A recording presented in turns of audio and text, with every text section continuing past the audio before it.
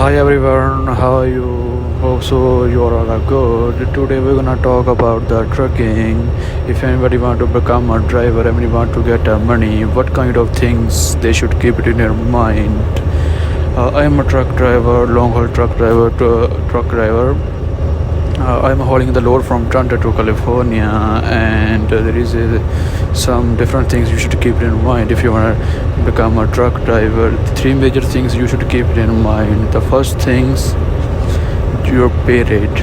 Your pay rate should be good, because if you're working at less pay rate, if you're working for a less pay rate, and your company will use you. If your company will use you, then you didn't get a good money. So that's why you should keep it in mind. Your pay cent should be good.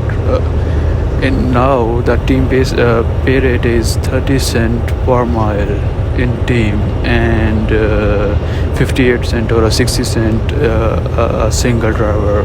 If you want to be a single driver, if you want to go with the team, you will get a 30 cent per mile. And be careful, choose that company who is giving you proper proper miles and proper cents. And the second thing is your team driver. You should keep it in your mind. Be carefully to choose your team driver. You should believe on him, and they should also believe on you. And you have to keep it in mind that driver should be good. If they are not a good driver, your life is in risk, because you are sleeping at when you are sleeping in your elo, you are sleeping at the back in the bunk, and your life is in other person's hand. So that's why keep it in mind. Choose that driver who is a good driver and a responsible driver, not a careful driver. You should keep it in mind. And the third thing is that never drive without inspection. Inspection is so important about in trucking. So keep it in mind. Inspection everything: the tires, the airbags, the fuel tanks, the mirror, the glasses, the thread lamp, everything.